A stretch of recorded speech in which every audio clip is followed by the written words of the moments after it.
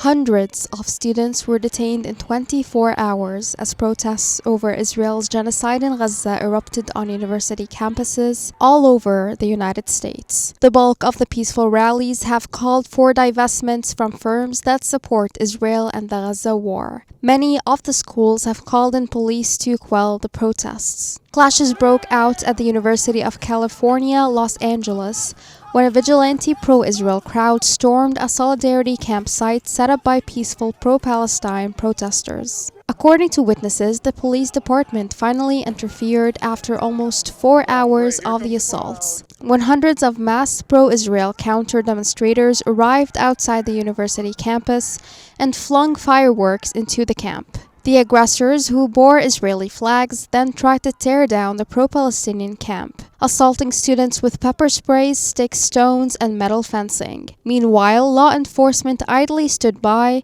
failing to protect students who repurposed the metal fencing hurled at them as a shield. Before the police arrived, a mob reportedly assaulted one person who lay on the ground, kicking and beating them until others pulled them out of the scrum. The number of injured is not yet known, but reports on social media indicated that some people have been led away with injuries. According to an Al Jazeera correspondent on the field, the crowd appears to be mostly people who are not students and do not live on the UCLA campus. Yet they are attempting to harass pro-Palestine anti-war activists. The activist stated that law enforcement simply stood at the edge of the lawn and refused to budge as we screamed for help. The only means of protection we had was each other as the attack went on for 7 more hours.